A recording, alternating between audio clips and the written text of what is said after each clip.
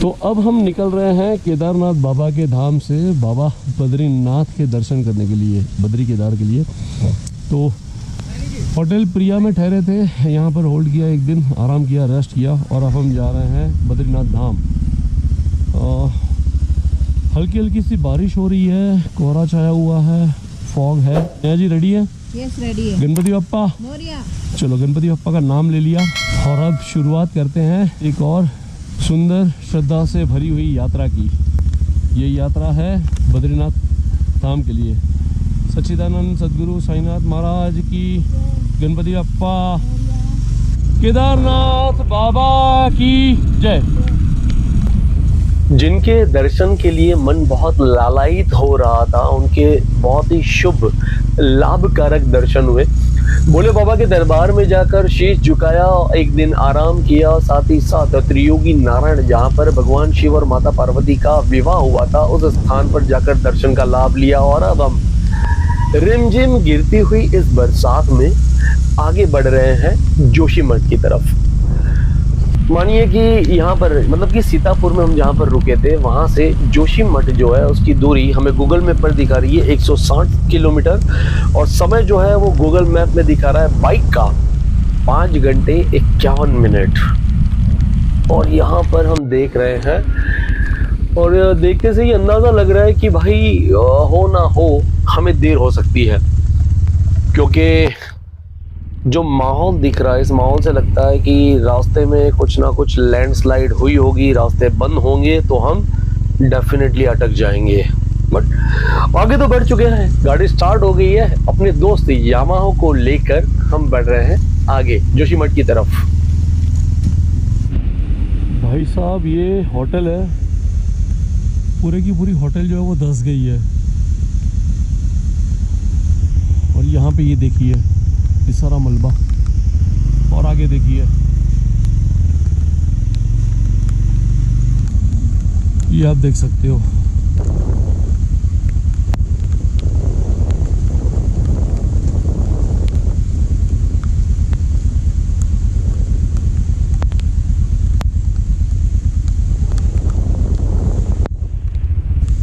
पीछे हमने एक होटल देखी, लैंडस्लाइड की वजह से जो पूरी तरह से ध्वस्त हो चुकी थी। सदनसीब ये था कि होटल खाली थी और कुछ जानहानि नहीं हुई। और इस वक्त आप ये जो नज़ारा देख रहे हो, ये इतनी ज़्यादा यहाँ पर कीचड़ है कि मेरी बाइक के दोनों पहिए बड़ी मुश्किल से घूम रहे हैं और बहुत ही ज़्यादा चिकनी माटी है और बहुत ज़्यादा रिस्क हमें नहीं लग रहा है कि हमने बहुत ज़्यादा रिस्क ले लिया। और ये एक जगह यहाँ पर है जहाँ पर हम फंस गए हैं। यहाँ पर नेहा को उतरना पड़ा क्योंकि पीछे का पहिया अपनी जगह पर ही घूम रहा था, आगे नहीं बढ़ पा रहे थे। नेहा ने पीछे से थोड़ा सा पुश किया, जो मैं आपको वीडियो में नहीं दिखा पा रहा हूँ क्योंकि कैमरा आगे की ओर है। एक बार फिर से नेहा ने बैठने की कोशिश की पर पॉसिबल नहीं हुआ कि वो बैठ जाए। और मेरे दोनों पैर के दोनों जूतों में पूरा ये मिट्टी से भरा हुआ कीचड़ भर गया है। समझ में नहीं आ रहा है क्या करें। आगे देखें तो एक भी गाड़ी आती हुई दिखाई नहीं दे रही है और पीछे भी कुछ दिखाई नहीं दे रहा है कि कोई गाड़ी आ रही है या नहीं आ रही है। अगर फंस गए तो सपोर्ट कैसे लेंगे, क्योंकि हमारी बाइक पूरी तरह से लोडेड है। लेफ्ट हैंड साइड पे खाई है, डर लग रहा है कि कहीं स्कीड हो गया तो पता नहीं भगवान जाने क्या होगा। पर एक भरोसा है, जिसके ऊपर हो बाबा केदारनाथ का हाथ तो उसे डरने की क्या है बात। हकीकत में ईश्वर का जब सहारा हो जाता है तब मुश्किल से मुश्किल रास्तों से भी आप आसानी से निकल जाते हो। और इस वक्त ये जो रास्ते आप वीडियो में देख रहे हो, मैं सच बता रहा हूँ, यकीन मानिए बाइक चलाते वक्त मेरे दिल की धड़कनें भी बढ़ गई थी, बट मन में एक ही नाम था, ओम नमः शिवाय, जय बाबा केदार। Oh thank God. भाई साहब एक जगह पर तो गाड़ी धंस गई थी, नेहा को उतरना पड़ा। आधे से ज़्यादा पहिया, ओह पहिए को छोड़ो, ये वाटरफॉल देखो भाई।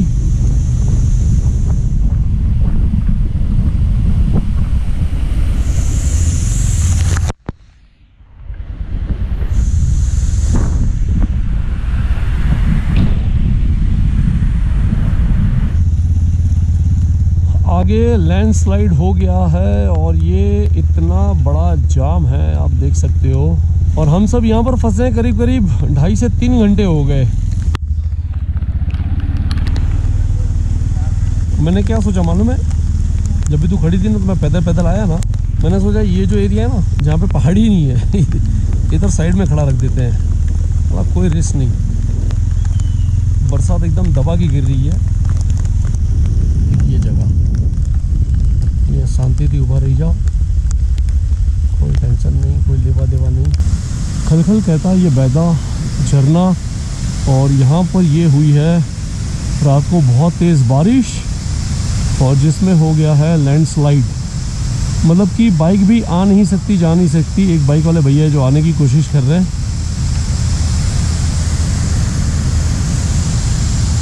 सारा का सारा मलबा धस गया।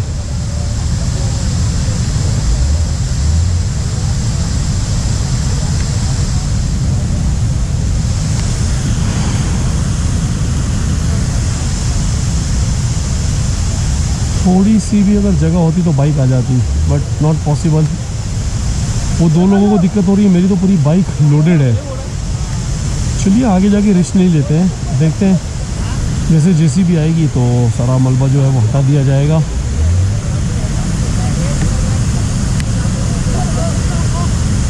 oh, 20-25 बसें पीछे खड़ी हैं, बहुत सारे तूफान जो जीप है वो खड़ी है, सारे के सारे, बहुत सारे यात्री नीचे उतर गए। जैन साहब, यहाँ पर इतनी ज़्यादा ये हालत ख़राब हुई है, कोशिश भी नहीं कर सकते। मतलब एक बाईसाइकिल भी है, अगर कोई बंदा उठाकर लेकर जाना चाहता है तो अपनी साइकिल भी उठाकर नहीं लेकर आ सकता। हम सब खड़े हैं और हमारे पीछे एक छोटा सा झरना है जो आप देख सकते हो, लाल लाल पानी आ रहा है जिसमें से मतलब ब्राउनिश वाटर। और ये जो मलबा आप देख रहे हो, हमने देखा कुछ यात्री जो है वो पैदल पैदल अपने रिस्क पर आगे बढ़ रहे थे। जब वो इस तरफ आया तो हमने देखा उनके पैर जो है मतलब घुटनों तक मलबा, उनके पैर घुटनों तक धंस गए थे उस मलबे में। और ये कंटिन्यू बरसात थोड़ी देर में बंद होती है, फिर तेज़ बारिश चालू होती है, और ये छोटे छोटे झरनों का पानी जो है वो मिट्टी लेकर नीचे आ जाता है। कुछ बीच बीच में पत्थर भी गिर रहे थे, बट हम कोशिश कर रहे थे कि सेफ जगह पर खड़े रहें या पीछे की ओर खड़े रहें। एक जीप है, ये गाड़ी आपने देखी जो फौज की है, और ये सारे के सारे लोग और ये उनकी गाड़ियाँ।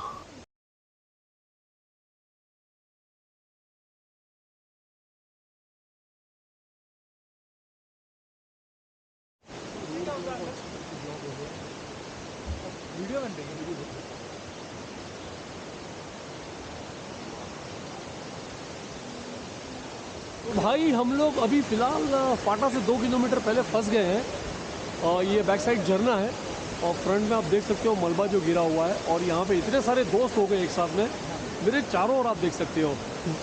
तो बातें यहाँ पे ये और ये से हाय, ओम नमः शिवाय, हर हर महादेव, हर हर हर हर हर महादेव का नाद हो रहा है। और महादेव से प्रार्थना करते हैं कि इस संकट की घड़ी से महादेव आप हमें निकाल सकते हो, क्योंकि यहाँ से बहुत सारे यात्री जो है बस में फंसे हैं, जीप में फंसे हैं, और मैक्सिमम लोगों को जाना है बद्रीनाथ बाबा के दरबार में दर्शन करने के लिए। कुछ लोग जो है, जिन लोगों ने 3 धाम की यात्रा कर दी है, मतलब कि यमुनोत्री, गंगोत्री और केदारनाथ, कुछ लोग जो है सिर्फ केदारनाथ और बद्रीनाथ कर रहे हैं, लेकिन हम जो है ये कोशिश करते हैं कि 4 धाम पूरा करें, क्योंकि हम मुंबई से निकले हैं बाइक पे, यामाहा 150 सीसी यामाहा FZX पे।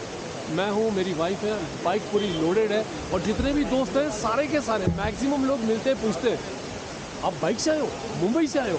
बहुत अच्छा लगता है, बहुत अच्छा फील होता है कि लोग हमको देखते हैं, नोटिस करते हैं। बहुत सारे लोगों ने यहाँ पर हमारे चैनल को सब्सक्राइब किया है। अगर अब तक आपने हमारे चैनल को सब्सक्राइब नहीं किया तो प्लीज़ नेहा और करण की चैनल प्राइड 02 राइड को सब्सक्राइब करें, लाइक शेयर करें और कमेंट करिएगा, ताकि हमें पता चल पाए अच्छे अच्छे वीडियोस कैसे बनाने हैं और कैसे डालने हैं। कोशिश करते हैं बहुत अच्छी अच्छी चीज़ें आपको दिखाएंगे। फिलहाल यहाँ पर मलबा दिखा रहे, क्योंकि और कुछ दिखाने के लिए है नहीं। और ये सारे मुस्कुराते चेहरे भाई लोग, एक बार फिर से हर हर, थैंक यू ऑल। 4 घंटे की तपस्या के बाद यूं लगता है कि तपस्या जो है वो रंग लाई। मलबा कुछ इस तरह से हटा दिया गया कि एक तरफ से गाड़ियां आनी शुरू हो गई। ये जैसे बड़ी बड़ी गाड़ियां, बस, जीप्स निकल जाएगी, उसके बाद हम आगे की ओर बढ़ेंगे। और ये पीछे देखिए लाइन लगी हुई है। ये जैसी लाइन इस तरफ है वैसी लाइन सामने की तरफ भी है। फिलहाल हम इंतज़ार कर रहे हैं कि सामने जो बड़ी बड़ी गाड़ियां हैं, जीप है, वो निकल जाए, उसके बाद हम आगे बढ़ेंगे हमारे कुछ दोस्तों के साथ जो हर हर महादेव का नाद कर रहे थे। कुछ बाइकर्स हमारे साथ थे, कुछ हमारे पीछे थे। कीचड़ अभी भी बहुत ज़्यादा है। अगर यहाँ से निकलना भी है तो कुछ इस तरह से निकलना पड़ेगा कि पूरा प्रिकॉशन ले, कहीं पे भी कोई गड़बड़ नहीं होनी चाहिए। ये देख सकते हैं आप, ये देखिए रास्ते की दोनों तरफ देखिए और बीच में देखिए जहाँ पर रास्ता है पूरा धुल गया। यामाहा FZX 150cc पे पूरा भरोसा है, 100% निकलेंगे। और ये जो है ना भाई पूरा कीचड़ है, कीचड़, टायर जो है ना वो स्कीड हो रहे हैं।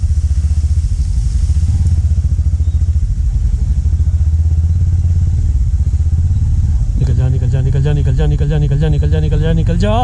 आराम से आराम से आराम से आराम से आराम से आराम से आराम से, दोनों पैर नीचे रख के एकदम आराम से, एकदम प्यार से प्यार से प्यार से प्यार से प्यार से, आराम से भाई आराम से आराम से। निकल स्पीड में क्यों चलाते हैं?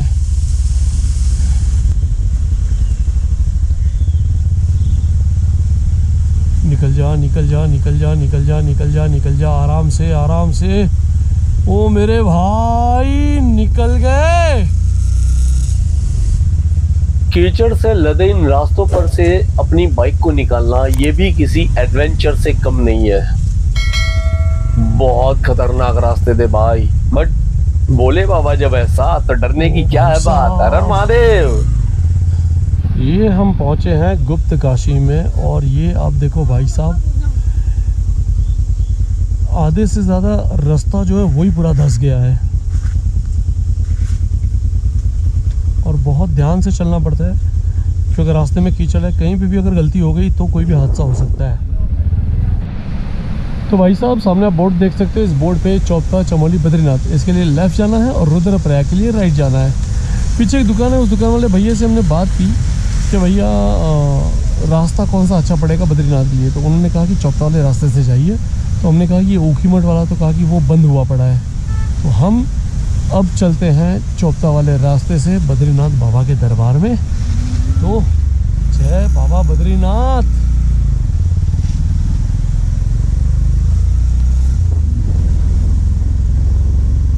ऊखीमठ 7 किलोमीटर। फिलहाल आप जो सीढ़ियाँ देख रहे हैं, सीढ़िया से जैसे आगे जाना है तो ये है तृतीय केदार श्री 108 भगवान तुंगनाथ का धाम। तुंगनाथ धाम हिमालय चोपता पधारने पर आप सभी तीर्थयात्रियों का हार्दिक अभिनंदन एवं स्वागत करते हैं। और यहाँ पर जैसे आए तो ये बहुत सारे दोस्त हमारे हमको मिल गए। जो भाई केदारनाथ हो गया आपका? हाँ, हो गया। सबका हो गया? तो अब कहाँ जा रहे हो? बद्रीनाथ। तो बद्रीनाथ जाते तो क्या बोलते हैं? जैसे हर हर महादेव बोलते हैं, जय भोलेनाथ बोलते हैं, तो बद्रीनाथ जाते हैं तो क्या बोलते हैं? हर हर महादेव का नाद करें। हर हर हर हर हर हर हर हर महादेव के नाद के साथ हम लोग आगे बढ़ रहे हैं क्योंकि तुंगनाथ का ट्रैक है करीब करीब 5 से 6 किलोमीटर। और 6 किलोमीटर कैसे जाएंगे यार, क्योंकि 6 किलोमीटर अगर ऊपर जाएंगे तो 6 किलोमीटर फिर नीचे भी उतरना। और टाइम हो गया है 3:52। तो फिलहाल आगे बढ़ते हैं बद्री विशाल के दर्शन करने के लिए। ये तो वहाँ पे फंस गए थे ना, अपने साथ में ही थे। तो ये कितना है टॉप? नहीं मतलब कितना मीटर है, कितना फुट है? चलो कोई नहीं, गूगल कर लेंगे बाद में। फिलहाल बद्री विशाल के दर्शन के लिए आगे बढ़ते हैं। घना कोहरा है लेकिन मजा आ रहा है भाई। जय बद्री विशाल।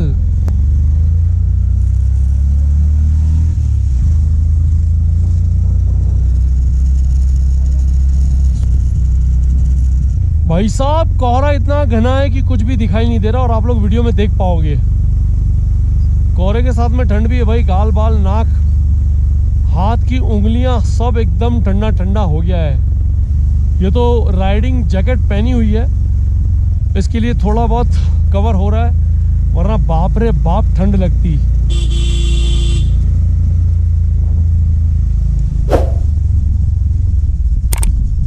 जय बद्री विशाल।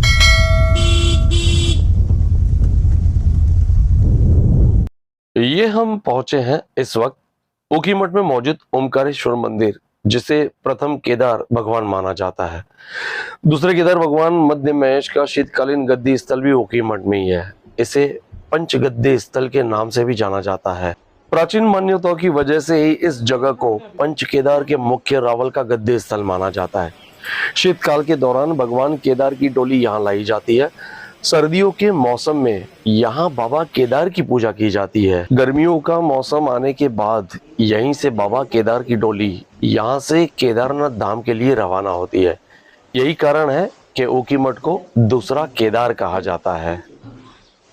कहा जाता है कि बाणासुर की बेटी उषा और भगवान श्री कृष्ण के पौत्र अनिरुद्ध, उनका विवाह भी इसी पवित्र स्थान पर संपन्न हुआ था। उत्तराखंड का भगवान भोलेनाथ का ये पवित्र मंदिर रुद्रप्रयाग से करीब करीब 41 किलोमीटर की दूरी पर है। तो आप भी यहाँ पर आ सकता है, जो कि पंच केदारों में से एक है। आइए, दर्शन करिए और पावन हो जाइए। हर हर महादेव। ये है नंदी महाराज, जिनको हम प्रणाम कर रहे हैं। नंदी महाराज को प्रणाम करने के बाद में मंदिर के मुख्य द्वार के दोनों तरफ सुंदर सी ये प्रतिमाएं हैं भगवान की। प्रतिमा के चरण स्पर्श करने के बाद हमने सोचा कि एक प्रदक्षिणा कर ली जाए। कहते हैं ना, प्रदक्षिणाम पदे पदे। तो ईश्वर के नाम के गुणगान गाते गाते मंदिर की प्रदक्षिणा हम लोग कर रहे थे। और इस मंदिर के स्थापत्य को देखने के बाद कुछ क्षणों के लिए तो यूं लगा यहीं पे रुक जाएं, ठहरे और देखें कि इस मंदिर का निर्माण किस तरह से किया गया होगा। कहीं ना कहीं इस मंदिर को देखने के बाद आपको केदारनाथ बाबा के मंदिर का आभास हो जाएगा, क्योंकि उसकी भी वास्तुकला कहीं ना कहीं कुछ हद तक ऐसी ही है। घंटनाद, और घंटनाद के बाद हम आगे बढ़ते हैं। और भी कुछ मंदिर है जिनके दर्शन करके बाहर निकले, वापस लौट कर जाने के लिए। ओमकारेश्वर ऊखीमठ में बाबा भोलेनाथ के दर्शन करने के बाद हम कुछ दूरी पर आगे निकले, शहर से बाहर निकले, और ये जो नज़ारा हमें दिखाई दिया तो हमें लगा कि इस नज़ारे को कैमरे में कैद करके आपके सामने रखना और रखना ही चाहिए। ये इतने खूबसूरत नज़ारे हैं, लाख बार देखो तब भी यूं लगता है कि बस इन्हें देखते ही जाओ। हकीकत में प्रकृति जो है वो हमारे सोच से बहुत सुंदर है, बहुत ही ज़्यादा सुंदर है। मतलब यूं लगता है कि इस जगह पर आओ तो पूरा पूरा दिन एक ही जगह पर ठहर जाओ, ठंडी हवाओं का लुत्फ उठाओ, इन हरे भरे बागानों को, खेतों को, खलिहानों को, पहाड़ों को बस देखो देखो और देखते जाओ। इस ठंडी ठंडी हवा का लुत्फ उठाते हुए हम आगे बढ़ रहे थे। फिर कोई एक ऐसी जगह आई जहाँ पर बहुत सारी गाड़ियां हमें देखने मिली, कुछ ढाबे जैसा देखने मिला। सोचा कि थोड़ी देर के लिए यहाँ पर रुक जाते हैं और रुकने के बाद आगे बढ़ेंगे, थोड़े नज़ारों को देख लेते हैं, थोड़ा फ्रेश हो जाते हैं, उसके बाद आगे बढ़ेंगे। तो हम गाड़ी को साइड पर लेकर कुछ फ्रेश होने के लिए रुकते हैं।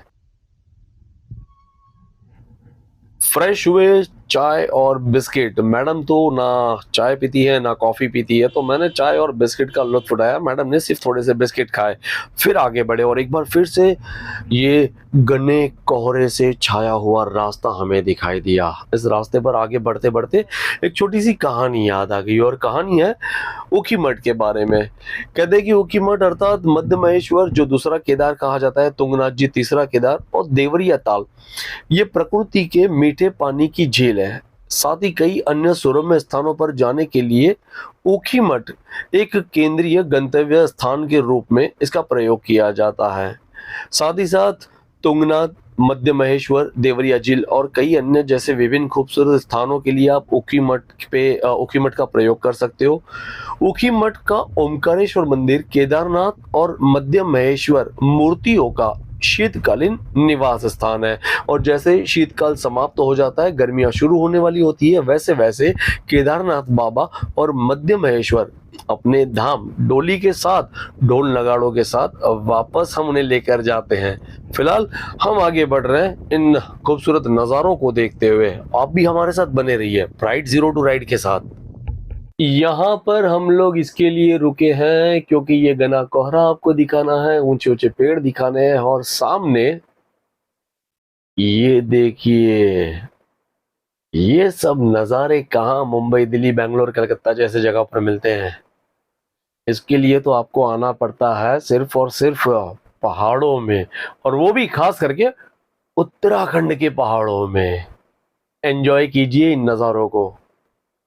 इस पावन और पवित्र भूमि को ऐसे ही थोड़ी कोई देवभूमि उत्तराखंड कहता है, जहां पर साक्षात देवता भी आकर विराजमान होते हैं। सोचिए, प्रकृति कितनी सुंदर है कि भगवान भी स्वर्ग छोड़कर यहाँ पर आकर विराजमान होते हैं। So we are very lucky, हम बहुत ज्यादा भाग्यशाली है कि भारतवर्ष में, खास करके उत्तराखंड में, देवभूमि उत्तराखंड में हम सभी देवताओं के दर्शन कर पाते हैं। खास करके जो देवों के देव है, जो महादेव हैं, भोले बाबा है, केदारनाथ बाबा और साथ ही साथ बद्री नारायण। जय भोले, जय बद्री विशाल। ऊखीमठ के ओमकारेश्वर महादेव मंदिर की एक और कथा सामने आती है। कहते हैं कि सूर्यवंशी राजा मांधा था, जिन्होंने 12 वर्षों तक एक पैर पर खड़े रहकर भोले बाबा की कठिन तपस्या की थी और उनकी तपस्या से प्रसन्न होकर ओमकारेश्वर की ध्वनि जहां पर निर्मित हुई और भोले बाबा प्रकट होकर उन्हें दर्शन दिया, वरदान दिया, और शायद इसीलिए उस समय यानी कि द्वापर युग के समय इनका नाम ओमकारेश्वर हुआ। इस वक्त हम लोग हैं पीपल कोटी में। पीपल कोटी में इंडियन ऑयल का पेट्रोल पंप है। यहाँ पर अगर आप पेट्रोल भरवाते हो इस रूट से, तो यहाँ पे सिर्फ कैश लेते हैं या कार्ड लेते हैं। ऑनलाइन ट्रांजैक्शन मना कर दिया इन्होंने, कहते हैं कि ऑनलाइन पे नुकसान होता है। तो इस रूट पे कभी भी आते हो तो भाई कैश लेकर ही आइएगा। और यहाँ पर रेट है 97.34 और हम टैंक करवा रहे हैं फुल। बद्रीनाथ जाना है, वापस रिटर्न आना है। आगे पेट्रोल पंप है दूसरा, कौन सा, इंडियन ऑयल का है? हाँ, इंडियन। कितने किलोमीटर पे है? एक बद्रीनाथ में भी इंडियन ऑयल का है। अच्छा, जोशीमठ में? जोशीमठ में भी है, वो HP का है। अच्छा, कितना भरा? 500 का, ओके। लेकिन फुल हुआ रहेगा क्या?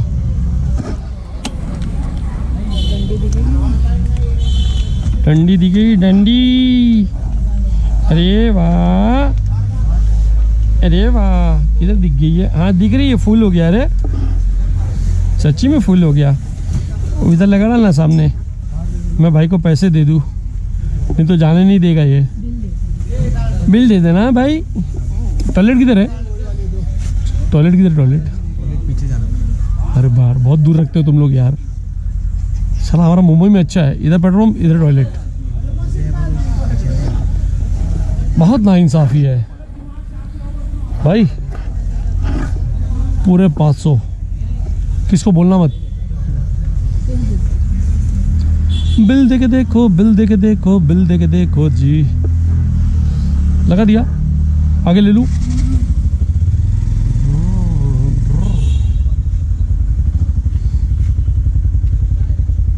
इन सुंदर सुंदर प्राकृतिक दृश्यों को देखते देखते कुछ बातें जो है मैं आपके साथ में शेयर करना चाहता हूँ, आपको जानकारी भी देना चाहता हूँ, साझा करना चाहता हूँ।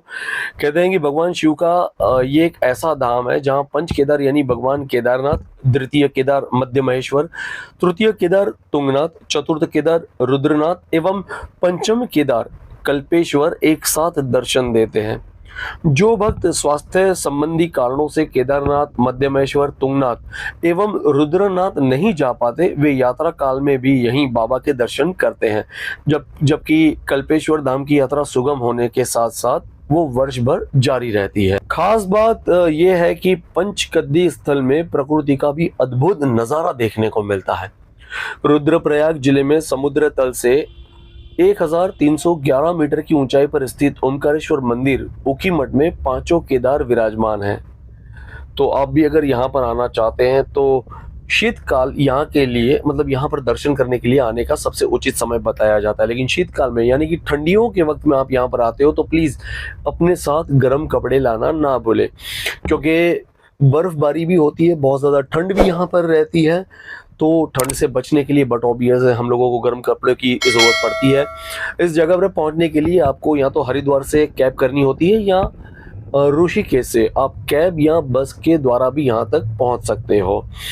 खाने पीने की जहाँ तक बात करें तो आपको मैक्सिमम जगहों पर जो छोटे मोटे ढाबे होते हैं, होटल टाइप्स होते हैं, वहाँ पर प्योर वेज खाना मिल जाएगा, सात्विक भोजन मिल सकता है। रहने की बात करें तो कोई भी होटल आप जा सकते हो, किसी भी होटल में आप ठहर सकते हो, जिसका किराया समझ लीजिए कि 800 से स्टार्ट होता है। 800, 1000, 1200, 1500, 2000। अब ये हमने जब जानकारी ली लोकल से, तब उन्होंने कहा कि जो रेट होते हैं वो सीज़न के मुताबिक ऊपर नीचे होते रहते हैं। तो आप जब कभी भी आओ तो प्लीज़ ये जो रेट है वो सीज़न के हिसाब से ऊपर नीचे होंगे, वो देख कर आइएगा। इसी के साथ एक बात और बताना चाहूँगा कि अब तक अगर आपने हमारे चैनल को, और सॉरी, आपके अपने चैनल को सब्सक्राइब नहीं किया है तो please pride zero to ride को सब्सक्राइब करें, लाइक शेयर करें और कमेंट करके बताइएगा वीडियो आपको कैसा लगा। ये वीडियो यहीं पे समाप्त करते हैं क्योंकि शाम होने चली है और हम जा रहे हैं इस वक्त जोशीमठ। जोशीमठ से फिर आगे जाएंगे बाबा बद्री विशाल और उसके बाद माना गाँव। फिलहाल हर हर बोले।